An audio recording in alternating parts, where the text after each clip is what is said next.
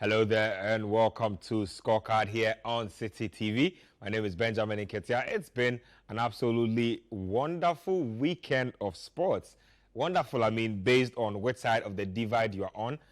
Some people are in hibernation as we speak, but you see, the good thing about sports is shows like this exist. Highlights exist all throughout the week, and so you cannot hide from what has happened over the weekend. We'll talk about the under-20 AFCON, which is ongoing. Nigeria and Senegal moving on to the crucial rounds of the competition. And then, of course, the President's Cup, a.k.a. the Ghana Premier League game between Accra Hearts of Oak and Kumasi Asante Kotoko also happened today at the Accra Sports Stadium. President Akufo-Addo was in attendance.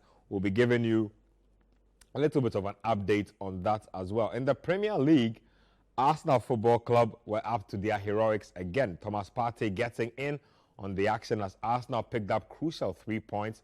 And then, of course, the result of the weekend belongs to Liverpool Football Club. In one of their poorest seasons statistically, they still found it in them to thump bitterest rivals Man United by 7-0. If you are hearing me, that's not an error.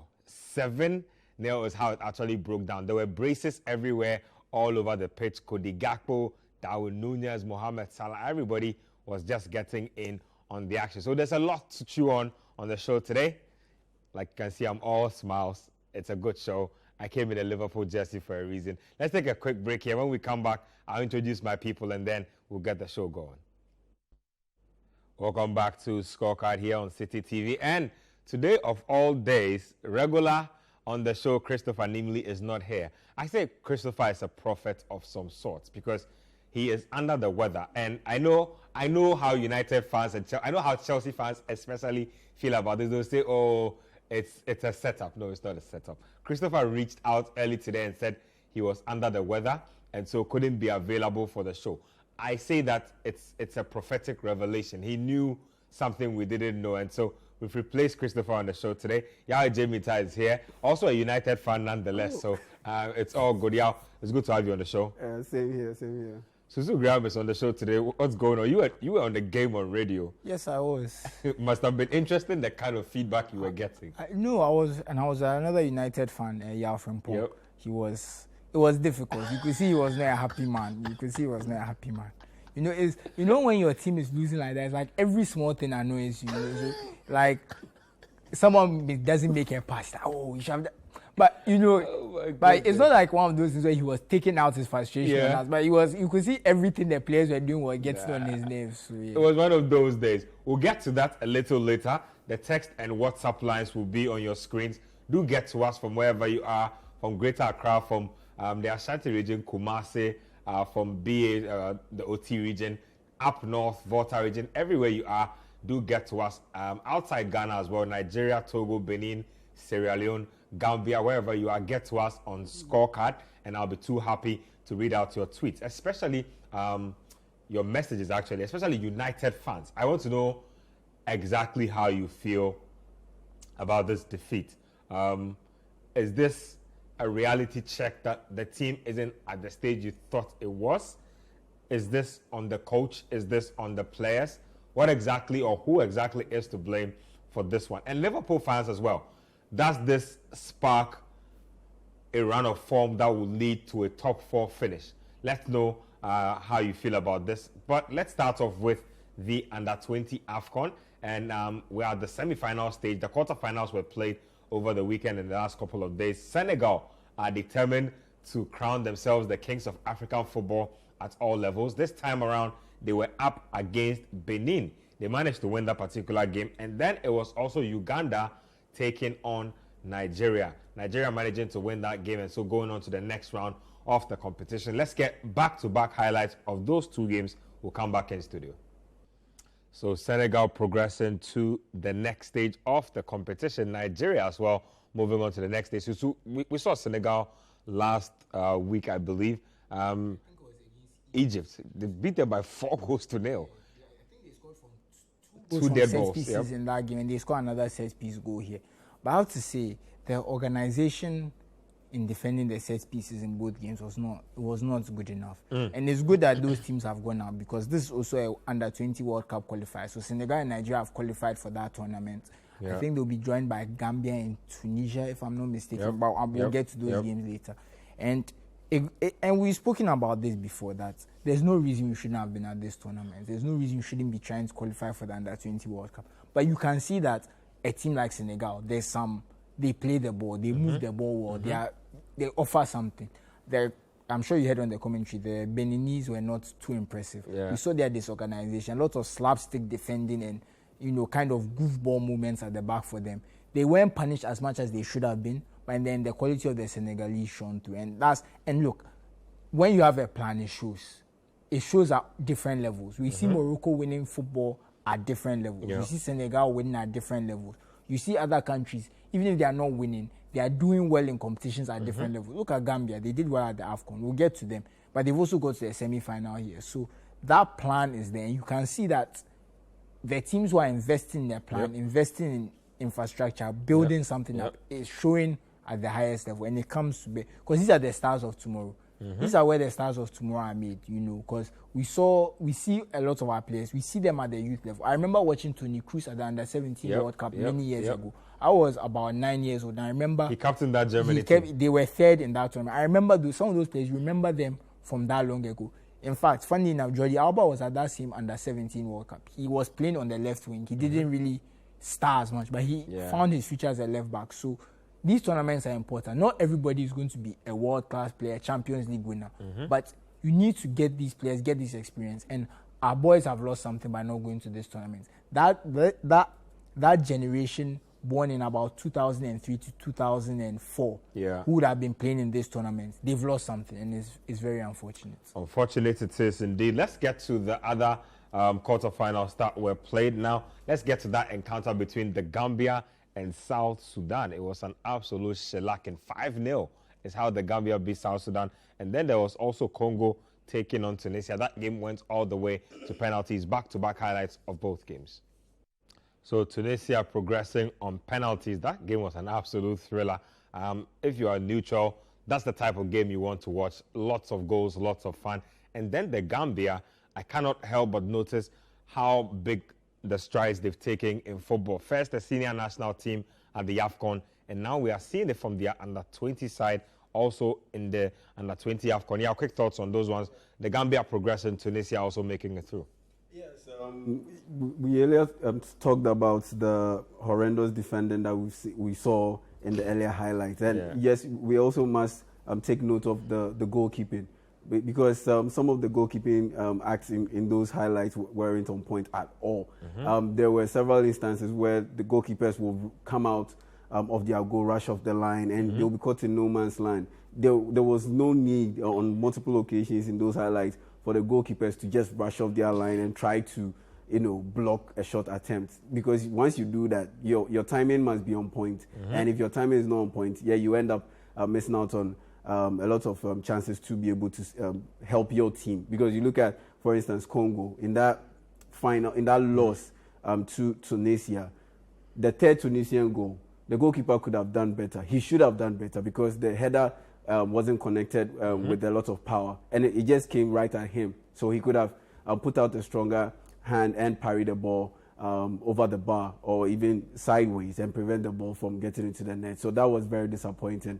And once that ball went in, you could tell that the body language of the Congolese players, it just dropped. And Tunisia had the momentum, they had the upper hand, and they went on to seal the win in the penalty shootout. So for me, I think overall the quality teams have progressed, because you look at Group B, for instance, there you had Uganda, you had South Sudan, and you had Congo progressing from that particular group. And the number of points that they accrued after the group stage games, it wasn't that impressive. And it's little surprise that all three have been eliminated after the quarterfinal stage. So yes, like Sisu said, the quality teams have progressed to the semifinals and pretty much booked their place in the World Cup. And so that's what you want from an African perspective. You don't want a representative or representatives that will go out there and just get whacked and embarrassed all over the place. But for a country like South Sudan,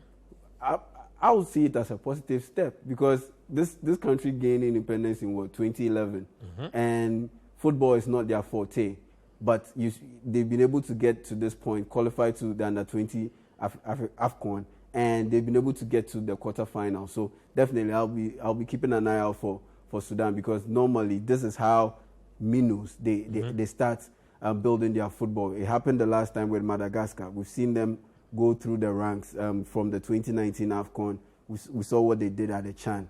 Yes, so we have to keep an eye out for a country like South Sudan and Congo. They have a very good team, especially the Congolese. They have a very good team. I just have to add, I like that the mistakes are being punished because you learn the lesson when they punish your mistakes. And it's good it's happening at youth level. They'll remember this going forward, that every mistake you make will be punished. Because when they don't punish your mistakes, you get complacent. Yeah, and some of the Senegalese players, they were part of the Chan team that won that competition. Some of them were part of it. And so clearly they see the Chan as a developmental phase or developmental stage. There are other countries, for instance, Egypt also used Morocco, they used their under-23 team to play the Chan. Unfortunately, because of the political back and forth, so they couldn't participate in the last Chan. So clearly, lots of federations have identified certain tournaments as the developmental phase of their national teams, and it's unfortunate that Ghana didn't qualify. But for me, honestly, I think the last AFCON, the under-20 AFCON that we won and didn't make it to the World Cup because of COVID issues, I think it really affected us. It really affected us indirectly. It really affected us. Yes, I'm not defending what the FA didn't do right in order for us to go back to that tournament. But I honestly believe that it had an indirect effect on how things panned out after that AFCON, under-20 AFCON win for Ghana. Well, the semi-finals is set. We have Senegal making it through, the Gambia, Nigeria, and also Tunisia. So let's see how it plays out there. Let's get to the President's Cup, or let's actually take a break here on the show. When we come back, we'll get into the President's Cup, aka the Ghana Premier League game between Accra Hearts of Oak and Kumasi Asante Kotoko. It was a game that was not too well attended.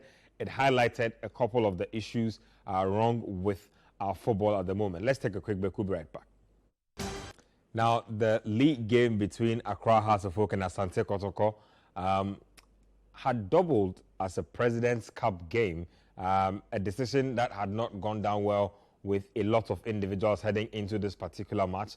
A lot of people felt that it took away the competitive nature of the game. Also coming into this one, Accra Hearts of Oak head coach Slavko Matic had been chased away from the Accra Hearts of Oak training ground at Pobiman, and so was not present for that game against Asante Kotoko. He also reported that incident to the police. I'm picking up reports that he is considering resigning from his role as head coach. Those reports have not yet been confirmed, but that was the atmosphere and the circumstance and the context in which this game was played. Head coach of Accra Hearts of Oak was missing from the action. In the end, Hearts of Oak still managed to win the game by 1-0 against rivals Asante Kotoko. President Akufo-Addo was there because the game, like I mentioned, doubled as the President's Cup and was played in his honor. Let's check out the highlights of that one. We'll come back in studio and discuss. Al-Hassan onto the part of Bayfi. That's what to find York. Here's Linda Mtange. There was an initial foul on Bayfi. It was Infege who brought him down, and Lamte came in with a late challenge. Strong challenge it was from the Kotoko midfielder. Mtange lines up to deliver, and here he sends one in. It's a header, and it's an opening goal. Knedu Yadom put the Phobians ahead. The delivery from Linda Mtange was brilliant, and the header from Knedu. Knedu using his height to advantage. He also realized that Dan Lad Ibrahim was off his mark, so had to position his header quite very well. There you saw he had eyes on the target, picked his spot very well.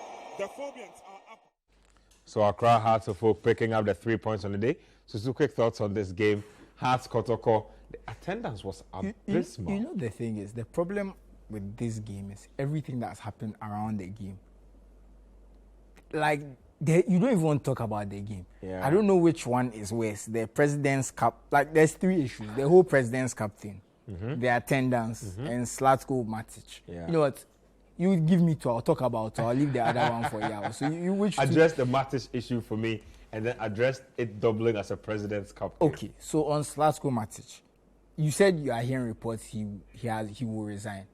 I'm surprised he's not done it already, because it's ridiculous. It's absolutely ridiculous that a coach can be trying to do his job and fans come and decide to, what's the word, just him, rough him up. I don't know what word and, you want and to they threatened him before. Already, he was threatened already. Mind you, Accra Hearts of Oak have not released a statement condemning the incident. They still have not released. They released a statement condemning what was said on radio. Yep. But you see, you heard it. So if I'm sitting here and someone just decides and says, I know where you work, I'm coming to beat you, what's the first thing I'll do?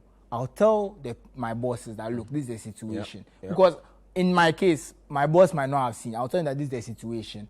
I might not feel safe coming to work, or something, you know. Yep. In the case of House of Oak knew, they released a statement talking about the threats. So why was there no extra security put in place? Why didn't they not even say, okay, we are cancelling training today? They could have done so many things to make sure that this didn't happen. And that's a very disappointing situation. So if he decides to work, he's entitled to, because he's not in a safe position to work. How can you work somewhere that you are doing your job and people come and beat you up and they want him to come to work the next day? It's absolute rubbish. It's honestly rubbish and it's disgraceful. So if he quits, I'm fine with that. Now, onto the President's Cup thing. There's 2 things about the President's Cup that are a problem. Why is it always Hearts Kotoko? First thing. And secondly, how can you say that a league game is also the President's Cup? It doesn't work like that. If it's a competition we want to take seriously, you can't do something like this. Because either it's a joke competition that we just do for like just exhibition sake, or it's a serious competition. It can't be one or the other. Yep. So if you say you want it to be an exhibition of Ghanaian football or something, let's say that. There's so many options. We move Independence Day around every year to different parts of the country.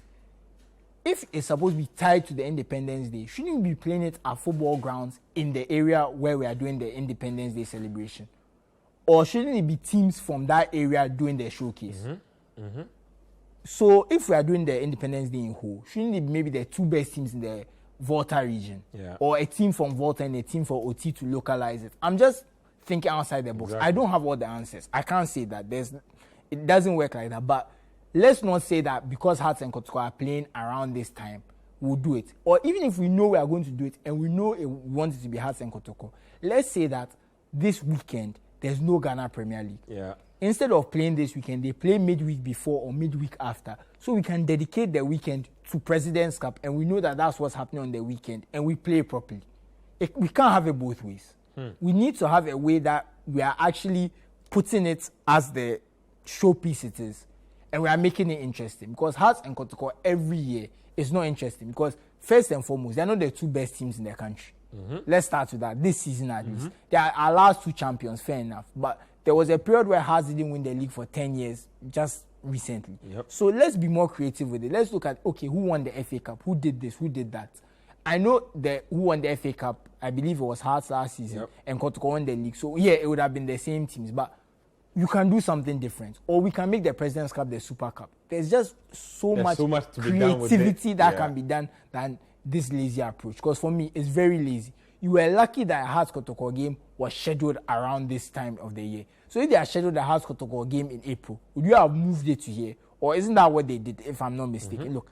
It's just it's a bit too lazy for me. I get that Hearts and Kotoko is the biggest draw. You want to get fans in, but then the fans also didn't come. So what did we achieve? The fans not attending was a big shocker for me. Now Why didn't they come? It was so bad that the game had to be pushed back 1 hour, and so the teams had to warm up twice, and then the gates were open for free, and still the fans did not come. But if you've not planned your day to come to the stadium, if they tell you that the gate is free, unless you are in the area, you are unlikely to leave your house to come to the stadium. Amazing.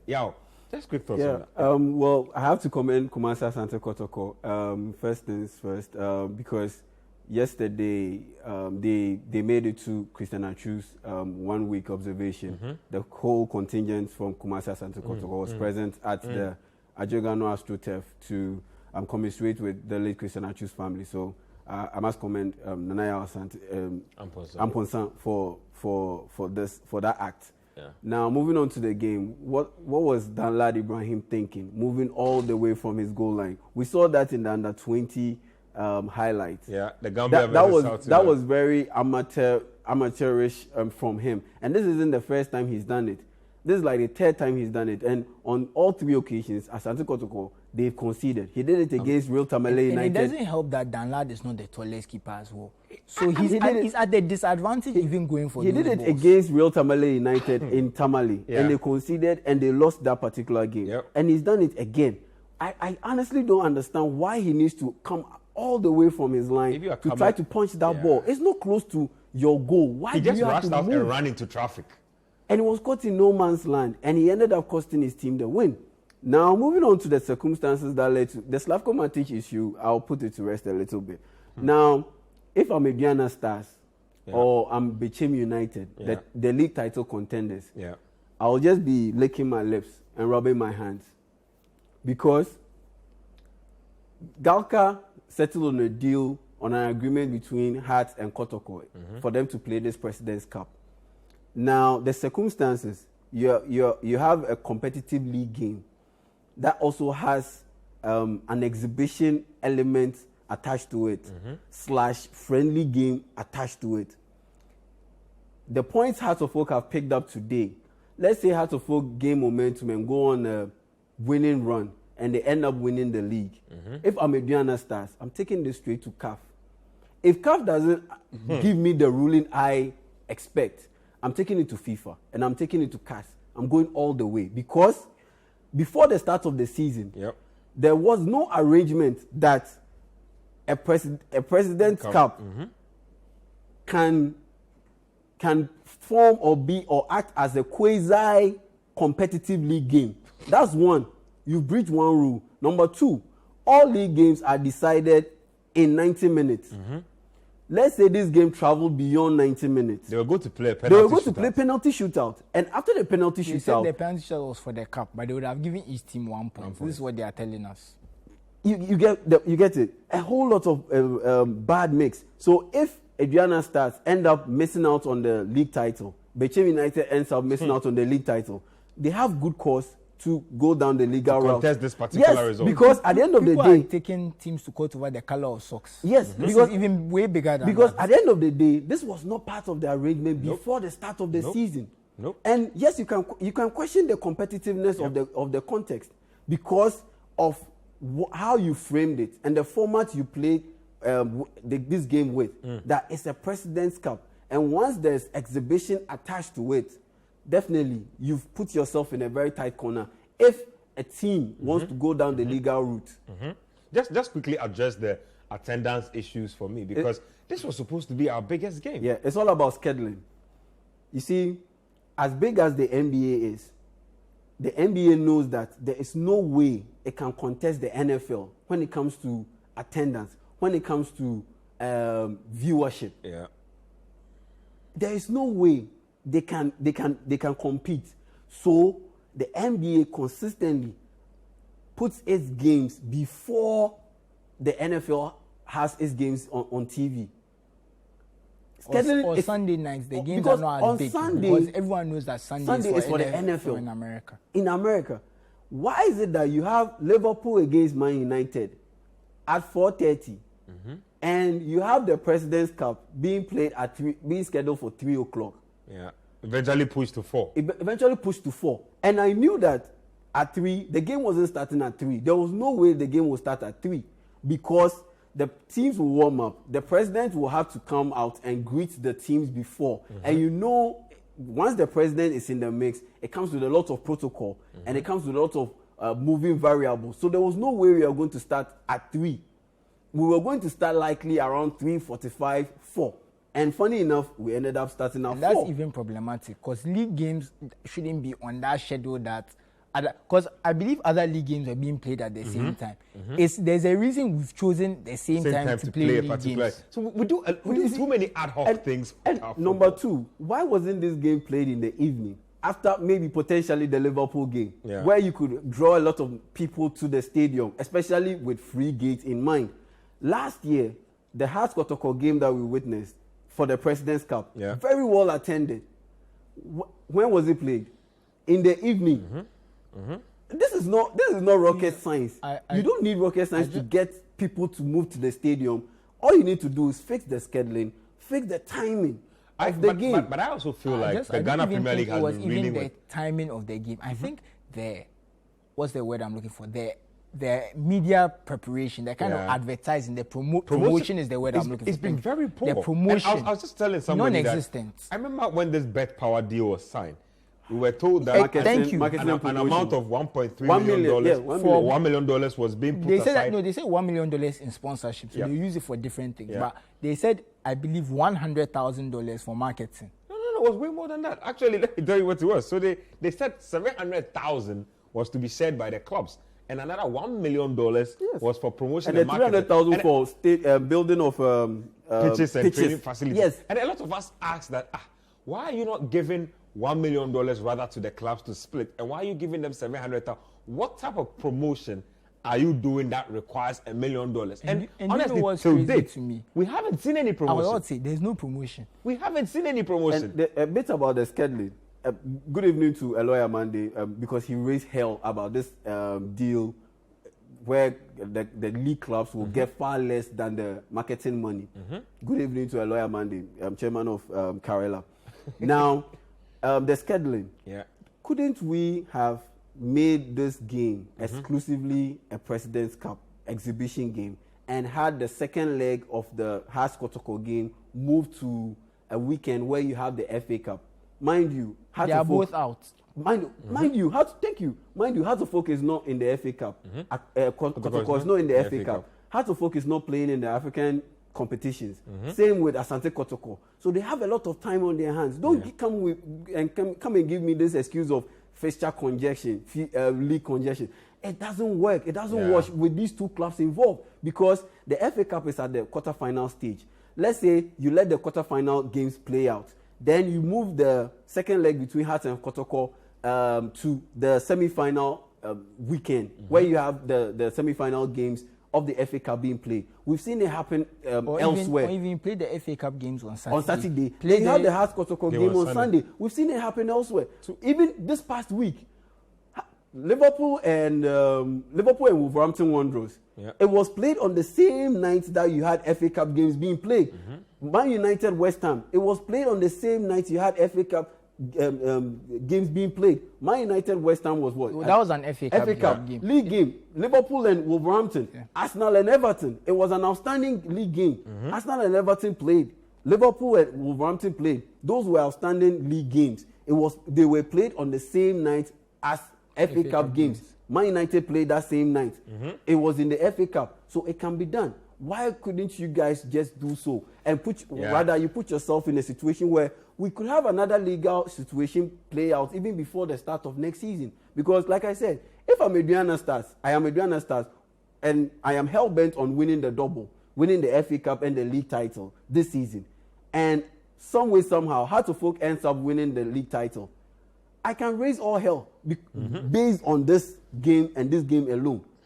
So for me, they are just setting themselves up for a lot of controversy and a lot of bad will towards the Ghana Premier League. And I'm not surprised that even with free gates, the stadium wasn't full. I hope that Bet Power start asking some questions and they want to get their money's worth, because we have seen zero promotion and marketing of this league, if we are being honest. But let's move on to some other stuff. Before we move on to some foreign sports, let me read your messages that have been coming in.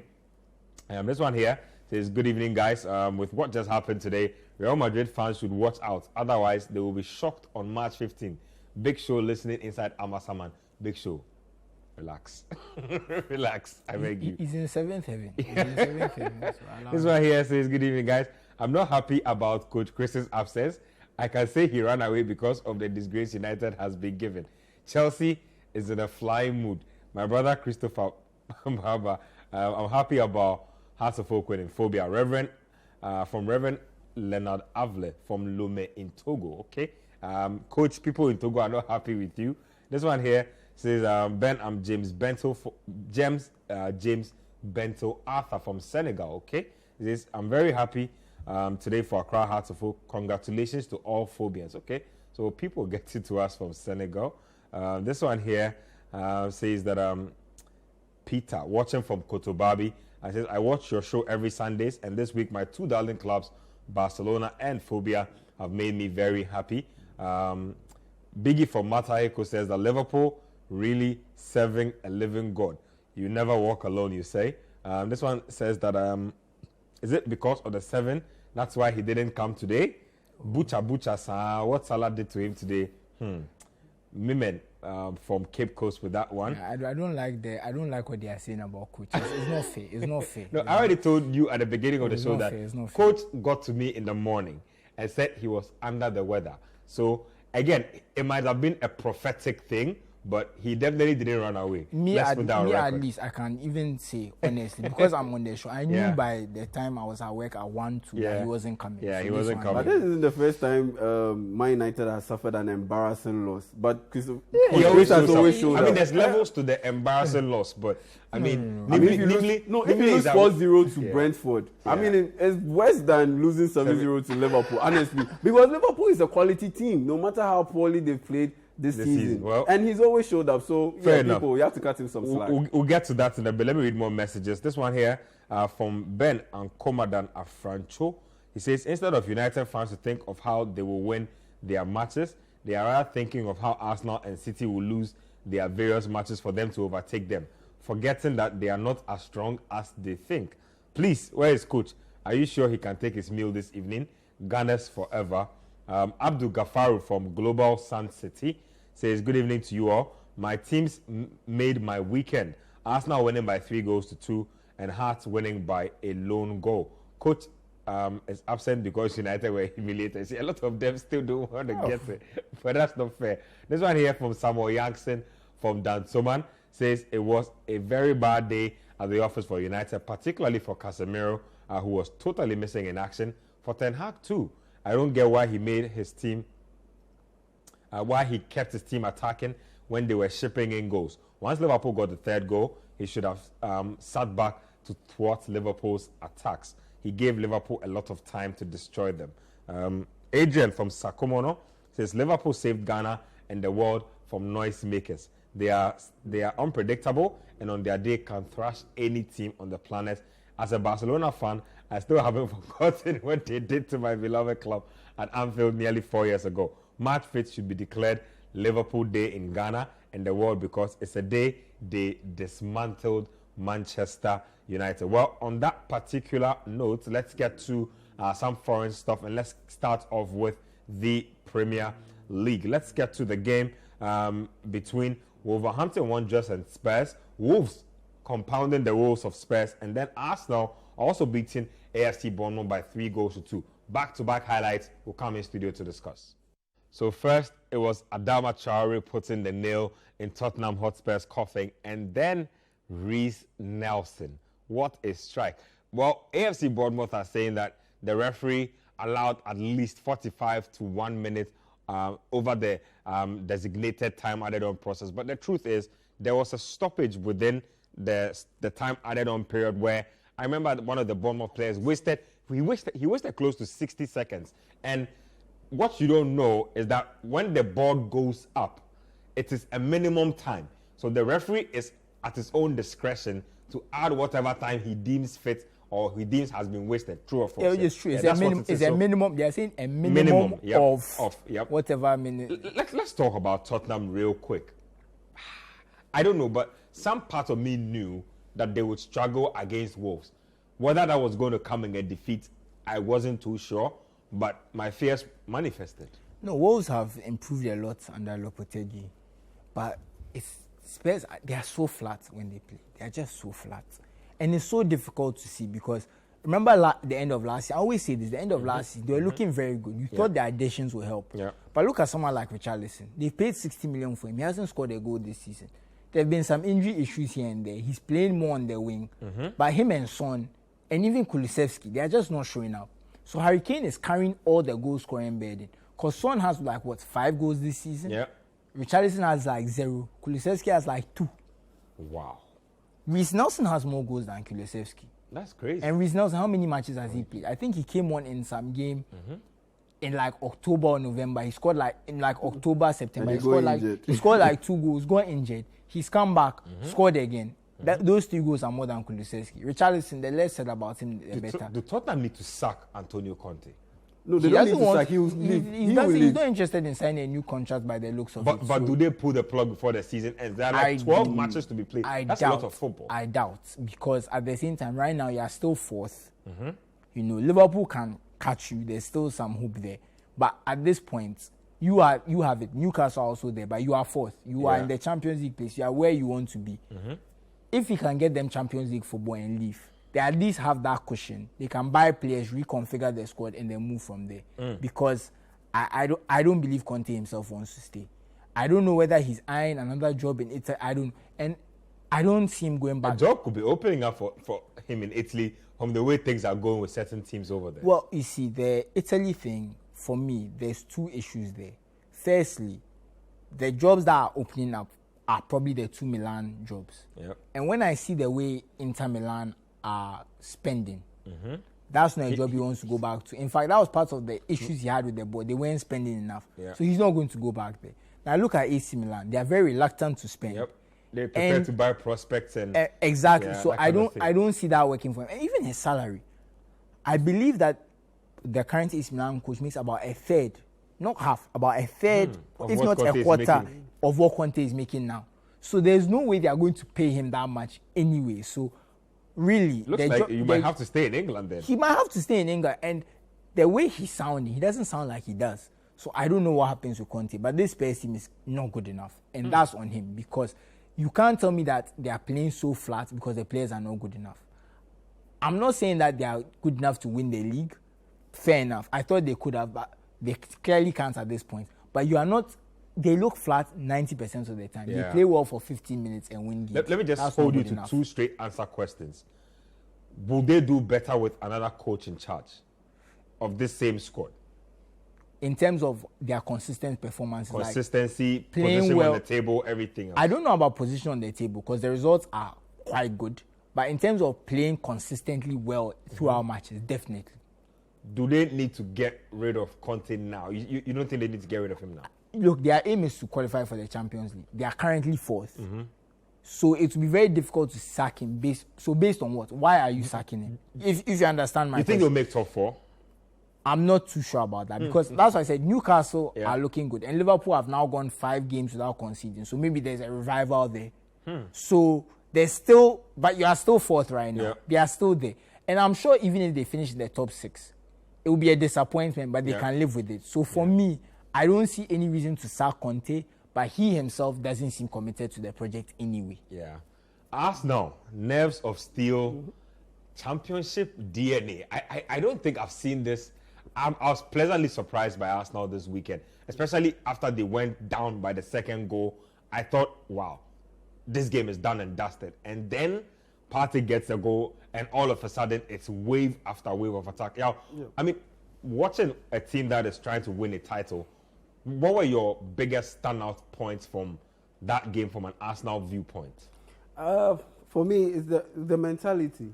It's the mentality because yesteryear, Arsenal would have absolutely crumbled after going down by 2 goals to 0. And the fact that it came in such quick fashion, that you start a game and you have a guy like Phil Billings score the fastest goal in Premier League history. That for me, it would have. Was it? Yeah, that's the fastest. 11 seconds. No, the fastest is about 7 seconds. 7 seconds. Wow. Yeah, pretty much. So for me, that tells me that the mentality bit has worked for Arsenal, and it just gives them the chance to the edge in the title race for me, because that's the only thing for me that was I saw as missing from in their locker, because quality-wise they are on point.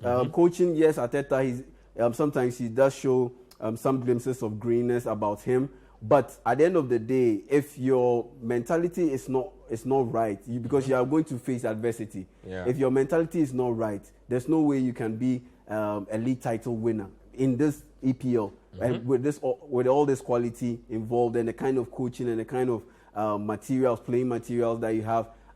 dispersed all over the league.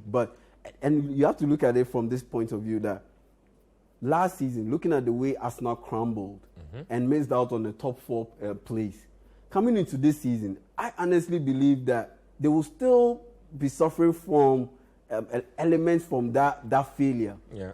And for them to be able to have this run where they've stayed atop the league standards for a very long time, yeah, there was a little bit of a shaky moment, losing to Everton and getting. I think since they've gone top, they've not let go. Yeah. Yeah. So they had that bad spell after the United victory. They went Everton, and I think they drew with Brentford. Yes. So apart from that shaky bit, yeah, they've been on point pretty much the entire season. And for me, this just buttresses the fact that they've worked on the one thing that was affecting them all these years, and that's the mentality. And being able to do this, yes, it's Bournemouth. They are struggling for a place in the Premier League because they are in the relegation battle, strong relegation battle. But the point is, you only have to be what's in front of you. And looking at the circumstances is very important. You have to look at the context.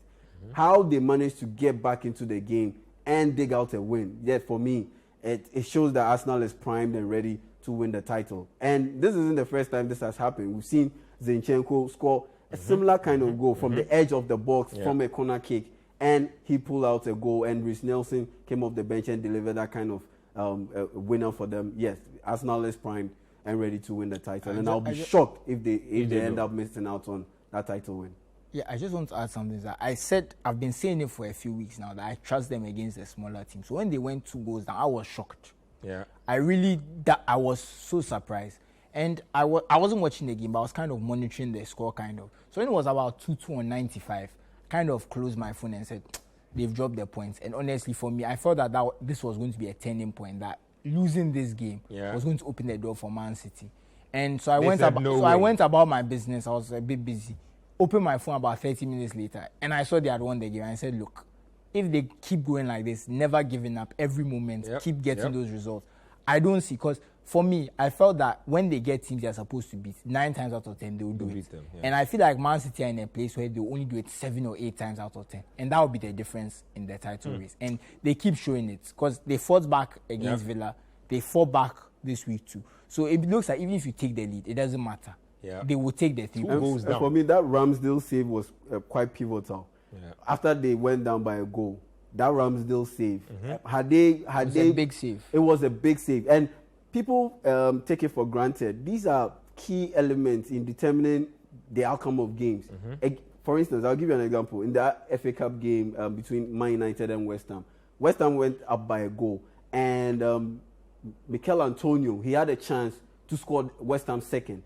He ended up missing that opportunity. Yes, David De Gea made a good save. He ended up missing that opportunity, and it ended up costing them a win. Yeah. So for me, those pivotal moments, they are very key in determining the outcome of games. Yes, and my hat's off to Ramsdale for pulling off that save. It was very important. 3 points, good space between them and Man City.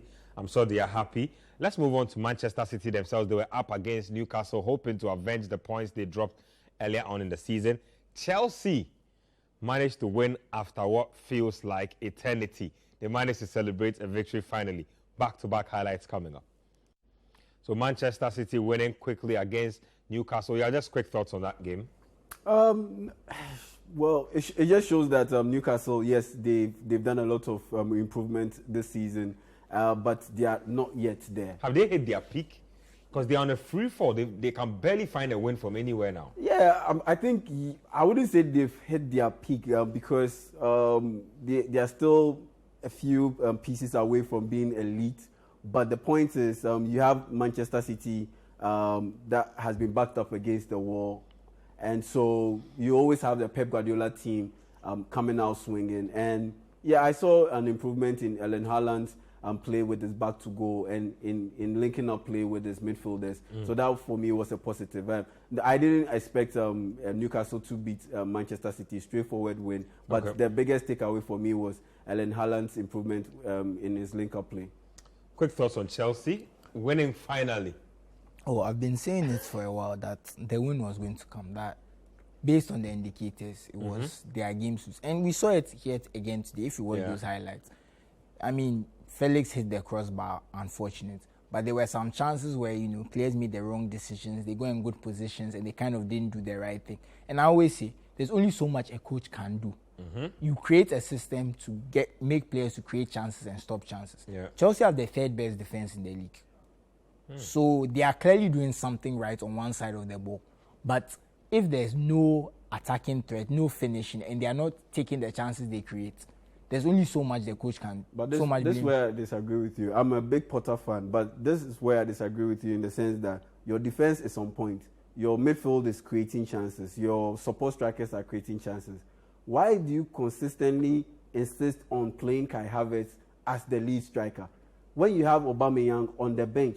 What is he trying to do? Is he trying to communicate to the owners that this guy isn't my type of guy? And what is he protesting that maybe he wanted a certain type of striker in the winter transfer window that he didn't get, or what? I just don't get it. You have to remember the same limitations Aubameyang supposedly has, in addition with his bad behavior, was why Mikel Arteta pushed him out of Arsenal. Yep. And we are seeing the results of how Arsenal play with a more mobile striker. Even in Nketiah, he's not the most reliable going deep and that kind of stuff. But he does it a lot better than Aubameyang. And we are seeing the results. We are seeing the results when Gabriel Jesus plays. We are seeing the results when Trossard plays. So clearly, with some of these coaches, they prefer a more mobile striker. And but maybe he's not getting the job done. He's not getting the goal. So what do? You have to go back to the old school style. And Aubameyang's attitude has improved, honestly. Because back in the day, he would have been pouting and leaking messages to the press or putting stuff on Instagram. But have you seen anything of that sort this time around? No. Why do you want him to go back to the old style striker if clearly their team is creating chances with Havertz up front? You need to score a goal to get the points. But the chances are not always falling to Havertz. They are falling to other players. Sterling is their top scorer in all competitions. Sterling is not really taking his chances. Neither is Felix. So it's not, you can't blame. But those are support strikers. We don't have time to go back and forth. You can't say that just because Kai Havertz isn't scoring. What are the other players doing? They are not the only players who are. He's not the only player. It's not every chance going to. I think we can debate this another time. Let's take a break here. When we come back, we'll get to that game that has me rocking my red on the show today. Let's take a break here on the show. Welcome back to Scorecard here on Citi TV. Let's now head to Anfield for that game between Liverpool and Manchester United. It ended 7-0 in favor of Liverpool. Enjoy. Wow. And so everybody getting in on the act. Salah, Gakpo, Nunez, even Firmino climbing off the bench to getting on the action. So quick thoughts on this one. Firmino is Liverpool's second top scorer in the Premier League. Please, show him some respect. Firmino's always been my guy. I mean, the fact that he came off the bench and after all the goals had gone in, he still could get some. We were watching the game, and when it was 4, we were like, it can't get any worse. It can't get any worse than this. I'm very hurt because I've been singing Ten Hag's praises for weeks. Yeah. It looks like I'm the bad luck. It looks like I have to stop praising people because when I praise them, look at what they come and do. But look, where was the in-game money? Because it was only 1-0 at halftime. Yes, and remember I spoke about Ten Hag's in-game management and how great it's been all season, only for this to happen. And for me, part of it was the players. I think the players gave up the fight. I think after the second goal, it looks like they were very deflated. And Liverpool had some confidence. Look, it's like every ball, there was like extra energy in Liverpool's legs. They were first to every ball. United just looked off the pace. And there was so much space. And United are usually very compact. But after the second goal, there was so much space for Liverpool. Look at the third goal, the one where Lisandro Martinez was kind of, tossed aside. Yeah. Look at how much space Salah had. You don't regularly see teams get that much space against United. It's the exception, not the rule. So there was a lot of space. And they are defending in certain situations. There were just some silly mistakes and Liverpool took advantage of every single mistake. Because look at the first goal. The first goal is what I want. It's almost like Anthony kind of let Robertson get behind him. Robertson had a lot of space. So once Dalot kind of moved to press, Fred had to kind of come behind Dalot. In the middle. That half second that Fred didn't get behind Dalot, as Dalot went to press, Robertson played that ball outside of Fred. And now Gakpo is there and Varane has to come across. And because it's so quick, Gakpo kind of swivels, cuts back inside. And, Varane has gone. Casemiro has come to cut across. Casemiro doesn't get there in time. And by the time, the ball is in the back of the net. That one error, that 1/2 second, 1 second that Fred was in our way, that was it. Then you see the second goal, the ball just moves so quickly. It just drops to Elliott. There's no one there. By the time anyone is there, he's crossed the ball across. And that's the thing. Because Nunes has been playing wide, he keeps getting with the centre backs are not challenging him in the air as much. It's sometimes the fullback. Those things. So he's in a... Because I remember a Champions League game where Mandzukic played on the left wing for Juventus. And he was against Carvajal. And all Madrid did was... Yeah, in the Champions League final. No, it wasn't the final. It was, I think it was the one that Ronaldo scored. I think the second leg that Ronaldo scored the bicycle kick. So whoever was playing right back for Juventus, was it Cuadrado or someone, just kept crossing the ball to Mandzukic. And he just kept getting Carvajal, one-on-one and bam, bam. So he scored 2 headers in the first leg or whatever. It was that type of situation when Nunes was getting free. So by the time the second, third goal has gone in, they are ragged, they are pushing forward, they are trying to... And every ball is bouncing right. Look at the Salah's first goal. Yeah. The ball kind of bounced off McTominay, and Salah is right in there, right in front. And the finish, and that was the best finish of the weekend. His right foot. He was bam. So it was like everything that could go wrong went wrong, everything that could go right went right. But tactically, they were outthought. Because I believe that Liverpool's game plan was pretty solid. Because Liverpool had the better first 20 minutes. They scored against the run of play because Man U were getting into the game. Yeah. But then after that, they just kept pushing. They went at Man United's weaknesses. They kept drawing Casemiro out of position. And they got the result. So fair play to Jurgen Klopp. He had a great game. And look, I thought at the beginning of the game when I saw the midfield, I didn't like the midfield. I thought they would struggle, but I was completely wrong. Continue on that point. Casemiro not being on his best game for United. He's been pivotal to every bit of success United have had. Yeah. How did his no-show affect the rest of the team today?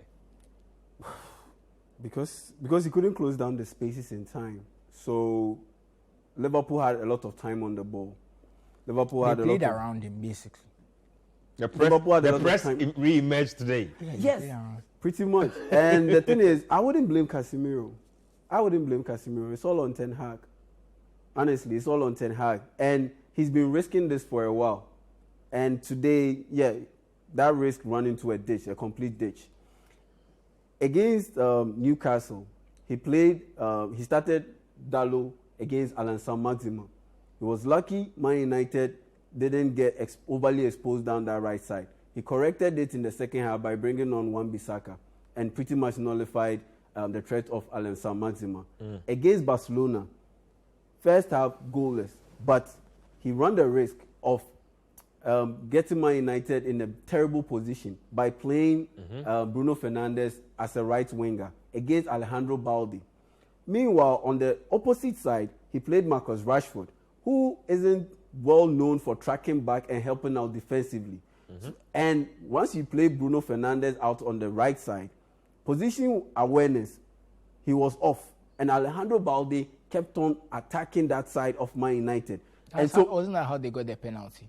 That was how they got the penalty. And so both wings, Man United lost out on both wings. But funny enough, they were still in it because they didn't concede until that penalty issue. And even with that penalty, it could have easily been avoided. There was no point for Bruno Fernandes to pull the shirt of Alejandro Balde. So it was coming. And in this game, he did the same thing by playing with Weghorst as the pivot behind the main striker, Marcus Rashford. And he played Bruno Fernandes out on the left side with Anthony on the right side of the wings. Clearly, Bruno Fernandes' position awareness as a winger is off. So that gave Trent Alexander-Arnold a lot of time to create that overload. Throw back Liverpool style. Create overload on the Salah side of the pitch. And pretty much run over. It happened close to 6 or 7 times in the game. That's how come Lucio had a terrible game. And so you always had Fred moving over to that side. And Wood Weghorst is not the most mobile striker. So in the middle, it was all Casemiro. And there's only so much he can do. So that's how come all that space was created. And you had Man United just getting bombarded by Liverpool. And yes, everything that went right went for Liverpool, and so you also have to put in that. You also have to factor in that element. But tactically, Ten Hag had it wrong, and the players, their body language wasn't on point. Look at the amount of space that Darwin Núñez had to run into and just connect his head to that ball. Look at the amount of space that Cody Gakpo had. He was running with, I believe, one Man United player in the lead up to that third goal. And by the time Salah was done just bamboozling his way round... That was on Shaw and Lisandro because they kind of doubled up on Salah. I think Shaw should have left Lisandro to deal with Salah, and rather than trying to come across, because when he came across, he left Gakpo unmarked. And he didn't get there in time. And it's almost like the person... Maybe that was another goal. Look, there were so many goals. It was the third goal. Because Man United lost the ball after the corner kick. I think Bruno Fernandes' attempt wasn't the best. And they just moved the ball quickly. Gakpo was right at the edge of the Liverpool penalty box. And he ran all the way, after giving that pass to Mohamed Salah, all the way to meet that Mohamed Salah pass and score that goal. And the man who was tracking him from the beginning of that sequence, wasn't with him at the end of that sequence. So clearly, that's not the manager's fault. That's on the players. And the defending was just utter shambolic. But mainly, it is down to Ten Hag. He ran the risk, and Man United, unfortunately, had to be smacked by 7-0. And they don't start games early. They don't start games on point. Second half, they start games quite slowly. They start games quite slowly. It all added up to this humiliating defeat. 7-0 is how it ended. Let's get to the Italian Serie A. Napoli look like they are putting the finishing touches to their season. They were up against Lazio this weekend. AC Milan were also up against Fiorentina. Milan losing that game as well. Looks like the wheels are coming off. Yeah, Napoli lost to Lazio actually. So let's check out that game between Napoli and Lazio, and then AC Milan and Fiorentina. Unfortunately, we couldn't show you that Napoli-Lazio game, but AC Milan and Fiorentina was a good game. Good goals scored in that game. Susu, you are the Milan man here. What's going on? They are real level issuing. I always said you always say this. No, I always said last season that they won the league. It was ahead of schedule. If you look at their squad, it wasn't the best squad in Italy. Yeah. For me, if you are the best or second best squad in the league, you are expected to challenge for the league. I thought Milan were the third best squad, if not the fourth best squad last season. I think they're around the same level now. So for me, I'm not bothered with the top four finish. But some of these games have been unacceptable. And that's why they moved to a back three. The defense has just not worked. The pressing has not worked. Yep. And a lot of things are not working. And if you look at even this game, they just couldn't create chances against Fiorentina. And some of that is on the coach. Because some of the changes for me were problematic. Because you are chasing a goal, you go down, you take off Benacer, a great progressive pass, and bring on Bakayoko. We know what Bakayoko is good at, and he's not moving the ball forward. Even on his best day, Bakayoko was never breaking lines and progressing the ball. But you are chasing the game. You want someone who can move the ball forward. Then Yassine Adli, who you barely give a chance. You saw the crossfield pass he gave one time to Salamakers to assist Theo Hernandez. Adli is barely getting minutes, but you're bringing on Bakayoko and chasing the game. So some of these changes the coach is making, he sees them in training every day, fair enough. But even me, sitting in my house, I know that if you are chasing a game, you don't bring on Bakayoko. You bring on Bakayoko when you are 2-1 up and you are trying to see out the game. So some of the changes have not been good, but some of the players have also been off form. I think Fikayo Tomori has been very poor. You know, I know a lot of people are saying he should be playing for England ahead of Maguire, but I'm telling you, he's not going to do a better job than Maguire. They should keep Maguire because Tomori has been in very poor form. If Maguire had played today, United wouldn't have lost by 7-0. I don't even want to talk about Maguire. I'm serious. I always say they blame Maguire for everything because if Maguire was playing, they would have been posting memes of him. I know. Today we are not seeing any memes of anyone but him. Oh, there are memes of Lisandro Martinez getting turned inside out twice. But you see, no one is blaming him for the defeat. The butcher. But they are still but things are lining up for Napoli to win it, despite the fact that no, they are 15 points. Yeah, because and the contenders, for me, it's the contenders. Inter Milan have their own issues. Juventus, the point deduction.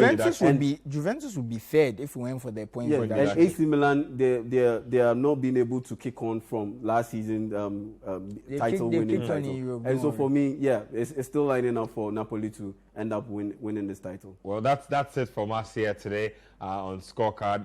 A lot of highlights to chew on. United fans out there, I hope you are doing well. Like I'm saying, you have highlights to enjoy all week. We'll see all of you at work tomorrow.